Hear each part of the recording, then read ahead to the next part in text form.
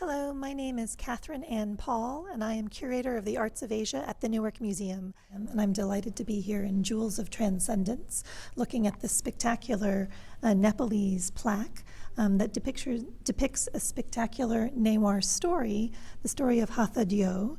At the bottom, in between these two elephants, is a rock crystal carved head, and that is the head and hands of Hatha Dya, who was a ancestor deity, a sky deity in Nepal, who decided that he would fly through the air down to witness the great battle of Kurukshetra in India. And that is what you're seeing with the two chariots on either side, where you have archers drawing their bows with arrows, prepared to endure battle.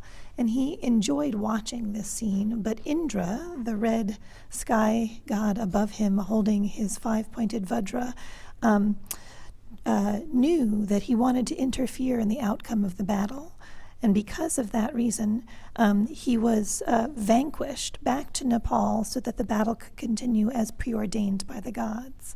But this particular panel is so full of spectacular details. There are 4 different styles of crown that each figure is wearing. There are winged Vidyadharas, or knowledge bearers, in the top corners. Then there are Gandharvas, winged, feeding off the incense of the clouds. In the battle chariots, they are topped with wish-granting jewels. And the 2 elephants that pull the chariots are differentiated between one having tusks and the other not having tusks.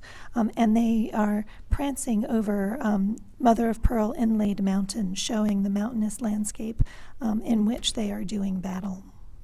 It's an extraordinary piece, probably created to hang inside a temple dedicated to the deity of Hatha Dya. I'm going to talk about an amazing Newar Toh that shows some of the additional internationalism of Nepalese art. This torque-style necklace here has 2 sets of dragons, one in gold coming down, the other with its body inlaid with malachite and lapis lazuli and coral coming up, where they are both having their mouths open surrounding a pearl, a wish-granting pearl. Below the lapis and malachite and coral is blue enameled work that was probably done by Chinese enamel workers who were commissioned in Nepal to create this style necklace. And the 3 pendants of malachite, coral, and lapis still attached to this necklace make it quite extraordinary. We see examples of this style necklace in existing sculptures, but we also find them in ritual use for young boys and girls as part of their initiation ceremonies. But it's such a fascinating internationalism of its period.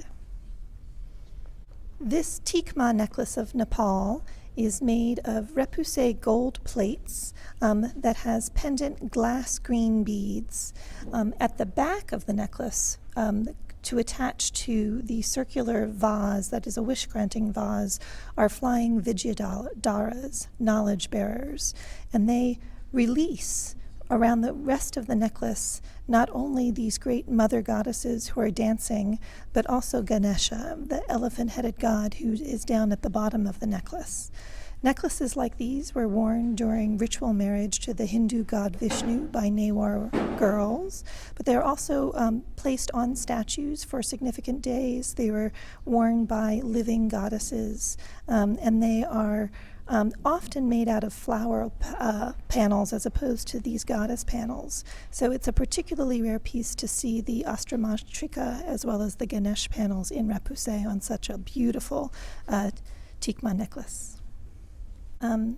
This extraordinary repoussé piece actually is a composite of 4 different styles of necklaces, all fashioned into one, and includes an inscription that dates the piece to 1685. Pieces like this would normally be worn during the Navadurga ritual dance festival, but they would also be placed on top of statues to gain power. The innermost section is a beaded necklace, or a repoussé piece imitating a beaded necklace. The second section would have been woven pieces that is also imitated here in repoussé.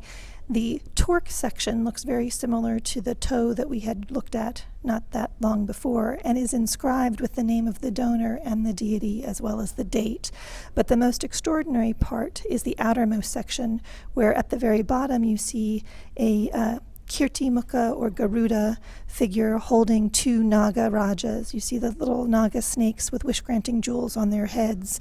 And then coming out from them are other cloud animals, horses in the front with cloud bodies in the back, pigs in the front with cloud bodies in the back, and Hamsa, goose, in the front with cloud bodies in the back, all of which really relating to monsoonal rain culture, to bring just the right amount of rain to bless the valley with great agricultural crops.